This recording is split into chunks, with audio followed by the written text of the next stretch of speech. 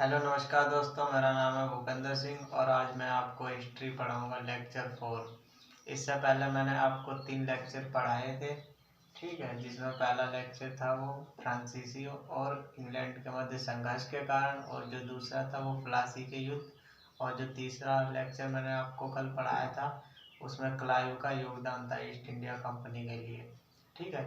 और आज मैं पढ़ाऊंगा आपको वारेन हेस्टिंग्स के बारे में, ठीक है। वारेन हेस्टिंग्स जो था वो एक साधारण क्लर्क के रूप में जो ईस्ट इंडिया कंपनी में भर्ती हुआ था और गवर्नर जनरल भारत का बना, ठीक है। इसका जो योगदान है प्रशासनिक व्यवस्था में, उसके बारे में आज हम आपको चर्चा करेंगे। तो आज हम आपको पहले वारेन हेस्टिंग्स के बारे में परिचय बताएंगे थोड़ा, ठीक है। वारेन हेस्टिंग्स को भारत में ब्रिटिश साम्राज्य के वास्तविक संस्थापक के रूप में जाना जाता है, ठीक है। वास्तविक संस्थापक यानी जो क्लाइव था, ठीक है, क्लाइव ने ईस्ट इंडिया कंपनी के लिए काफ़ी कुछ किया, ठीक है। लेकिन जो वारेन हेस्टिंग्स था, ठीक, वो एक प्रशासनिक जो ढांचा तैयार किया वो वारेन हेस्टिंग्स की वजह से ही भारत में एक प्रशासनिक ढांचा जो खड़ा हुआ था, ठीक है। तो इसी वजह से इसे एक वास्तविक संस्थापक भी कहा जाता है। तो वारेन हेस्टिंग्स जो है उसके बारे में हम आपको बताएंगे, ठीक है। वारेन हेस्टिंग्स का परिचय, ठीक है। तो परिचय जो है वारेन हेस्टिंग्स का, जो परिचय जो है वो जो वारेन हेस्टिंग्स है वो शुरुआत में जब ईस्ट इंडिया कंपनी में जब भर्ती हुआ था बतौर एक क्लर्क के रूप में भर्ती हुआ था, ठीक है। लेकिन उसकी अपनी योग्यता के बल पर, ठीक है, 1772 में उसे भारत का गवर्नर जनरल बनाया गया, ठीक है।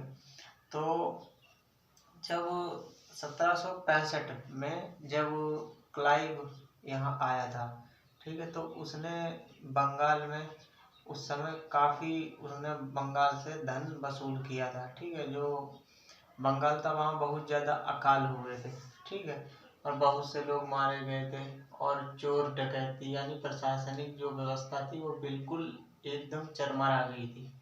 तो इसी वजह से जब ईस्ट इंडिया कंपनी का नुकसान होने लगा काफ़ी, तो उसने सोचा कि यहाँ पे वारेन हेस्टिंग्स को भेजा गया, और वारेन हेस्टिंग्स ने यहाँ पे बंगाल जब आए थे 1772 में, तो इन्होंने यहाँ पे आकर एक प्रशासनिक ढांचा खड़ा किया, ठीक है। और उसी से जो भारत में इतनी जो प्रशासनिक व्यवस्थाएं हैं, इतने सुधार हुए, वो एक वारेन हेस्टिंग्स की वजह से ही हुए थे।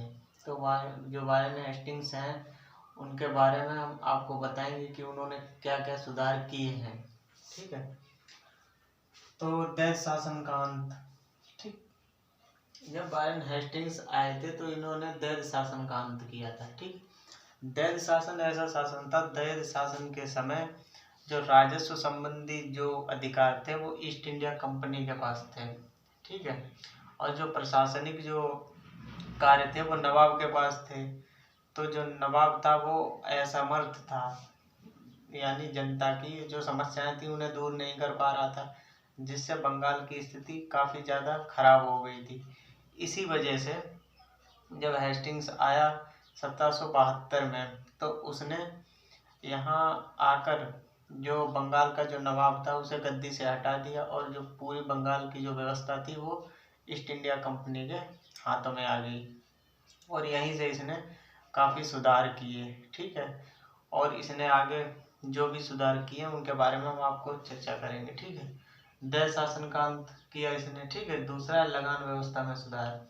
लगान व्यवस्था, जो लगान व्यवस्था थी, पहले ठेकेदारी थी, जो जमींदार थे वो ठेका लेते थे, अधिक से अधिक कर वसूलते थे, ठीक है। लेकिन इसने यहाँ पे आकर लगान व्यवस्था जो थी उसमें काफ़ी सुधार किए, ठीक है। यानी जो भूमि की पैमाइश की, यानी भूमि जो थी उसे मापा गया, उसमें कई सुधार किए, ठीक है।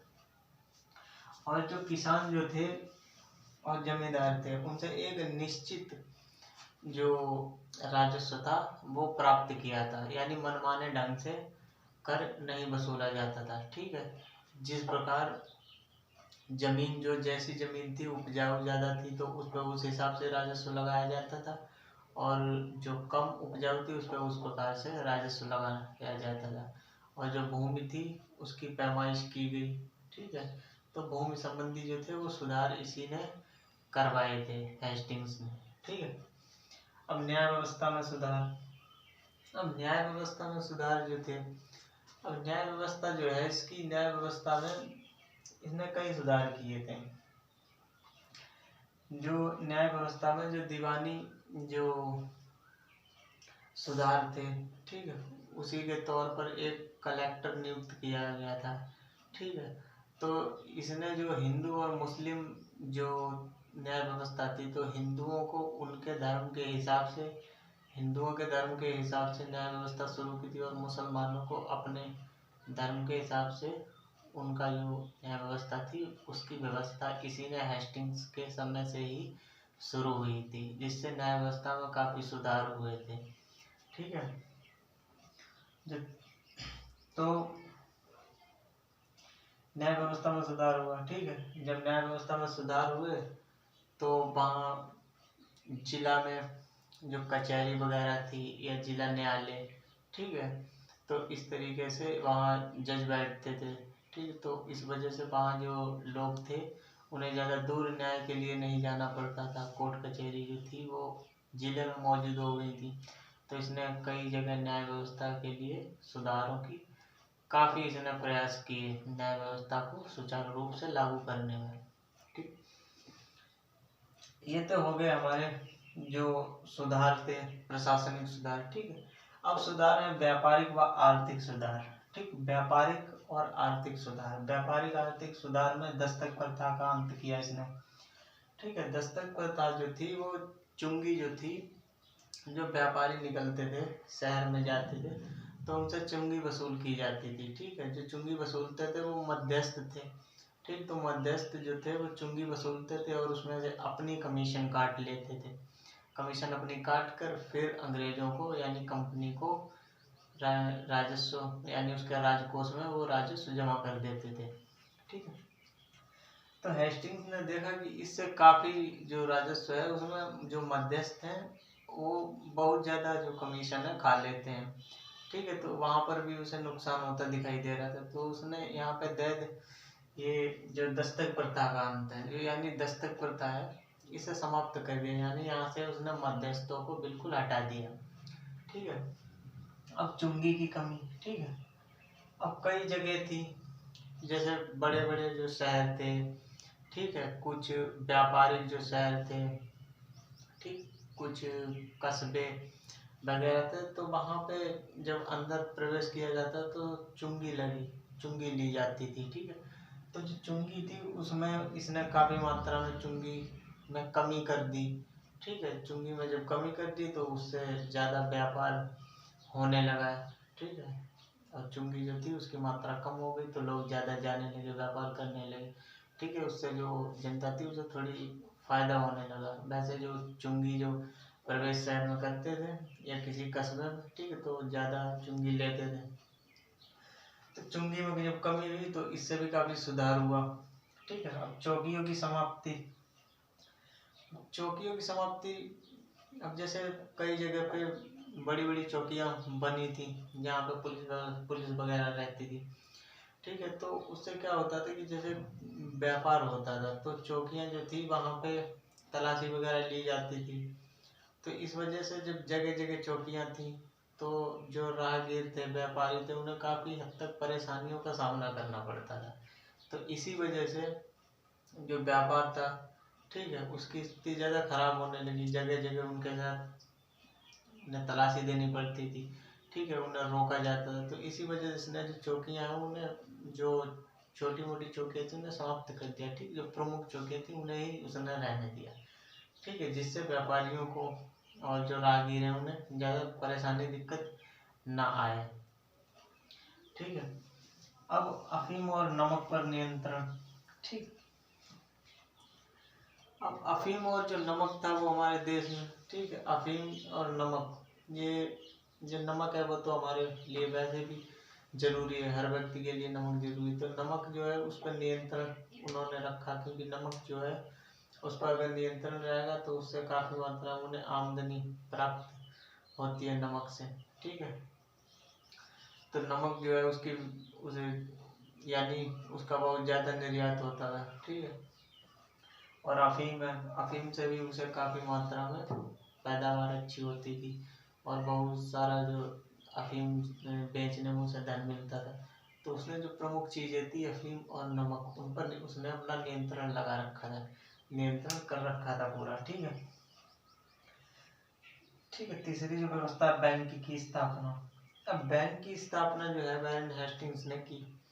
अब बैंक की स्थापना इसलिए की, ठीक है, जहाँ पैसे जो है लोगों के पैसे जमा करने के लिए उन्हें कहीं जाना ना पड़े, ठीक है, क्योंकि उस समय साहूकार जमींदार वगैरह होते थे तो वो जनता के साथ, ठीक है, कई प्रकार से उनकी खेती जो थी वो अपने नाम करवा लेते थे, ठीक है, और ब्याज के नाम पर, ठीक है, उनका शोषण करते थे। तो इस वजह से उसने बैंक की स्थापना कर दी, जिससे लेन देन होता रहेगा, ठीक है। जो प्रशासनिक व्यवस्था है उसमें भी सुधार होगा, ठीक है। शहर में जो उस समय जब ये आया था बंगाल में तो वहाँ की प्रशासनिक व्यवस्था थी वो बिल्कुल ख़राब हो चुकी थी, ठीक है। तो इस वजह से बैंक की भी उसे ज़रूरत पड़ी सुधारों के लिए, यानी जो पैसे का लेन देन करने के लिए। तो इसीलिए उसने बैंक की स्थापना की, ठीक है। नवाब की पेंशन में कमी। अब नवाब की पेंशन में कमी, अब जैसे शाह आलम द्वितीय था, ठीक है, उसे पेंशन दे रहे थे ये लोग, ठीक। अब उसे पेंशन इसलिए दे रहे थे क्योंकि उससे संधि हुई थी बक्सर के युद्ध में, ठीक है। उसके बाद फिर उसे नवाब पद से भी हटा दिया गया था, ठीक है, ठीक। अब नवाब पद से उसे हटा दिया गया था तो उसे पेंशन वार्षिक रूप में उसे पेंशन देते रहे थे। अब पेंशन कुछ दिन तक इन्होंने दी, फिर इन्हें वॉरेन हेस्टिंग्स ने सोचा कि अब इनकी पेंशन बंद की जाए, तो उसने काफ़ी पहले कम कर दी, ठीक है, पेंशन कम कर दी और धीरे धीरे इन्होंने पेंशन जो थी वो समाप्त कर दी। यानी जो मुगल जो सम्राट था शाह आलम द्वितीय, इनका धीरे धीरे वजूद जो था सम्राटों का बिल्कुल ख़त्म कर दिया, ठीक है। नवाब की जो उपाधि थी, ठीक है, सम्राट की उपाधि थी वो भी समाप्त कर दी, ठीक है। अनावश्यक पदों की समाप्ति। अब कई जो अनावश्यक पद थे उन्हें भी समाप्त कर दिया, क्योंकि कुछ जगह थी प्रशासनिक व्यवस्था में उनमें जरूरत से ज़्यादा लोग थे जिन्हें वेतन वगैरह भत्ते देना पड़ता था। अनावश्यक पद थे जिनकी काफ़ी ज़रूरत नहीं थी, फिर भी उन्हें उन पदों पर लगाया जा रखा था। तो इसमें भी उसने सुधार करते हुए कुछ पद जो थे अनावश्यक पद थे, यानी जिनकी कोई आवश्यकता नहीं थी, उन्हें हटा दिया गया, ठीक है। तो इस तरीके से इसने कई सुधार किए, ठीक। तो ये सुधार व्यापारिक आर्थिक सुधार थे और ये प्रशासनिक सुधार थे, ठीक है। तो इसमें मैंने आपको बताया कि वॉरेन हेस्टिंग्स जो है उसने किस प्रकार से उसे भारत में उसने ब्रिटिश ईस्ट इंडिया कंपनी का संस्थापक के रूप में जाना जाता है, ठीक। तो वॉरेन हेस्टिंग्स जो था उसने यहाँ पर प्रशासनिक व्यवस्था का जो ढांचा था वो भारत में हेस्टिंग्स ने ही खड़ा किया था, ठीक है। तो इसीलिए इसे वास्तविक संस्थापक के रूप में जाना जाता है, ठीक है। जब क्लाइव यहाँ से गया था तो उस समय बंगाल की व्यवस्था काफ़ी ख़राब थी, तो उसी ने यहाँ आकर जो सारी व्यवस्था थी उसमें सुधार किया है, ठीक है। तो इसी तरीके से आप हमारे वीडियो देखते रहें और हम रोज़ एक वीडियो बनाएंगे और इतिहास पढ़ाएंगे, ठीक है दोस्तों। तो इसीलिए आप लोग हमारा वीडियो देखें और उसके बाद मॉडल पेपर पढ़िए, जिससे आपका बिल्कुल कॉन्सेप्ट जो है वो क्लियर हो जाएगा, ठीक है। पेपर में आपको कोई परेशानी नहीं होगी। तो ठीक है दोस्तों, हमारे चैनल को लाइक करें, सब्सक्राइब करें, ठीक है, और इसी तरह हमारे वीडियो देखते रहें। तब तक के लिए जय हिंद।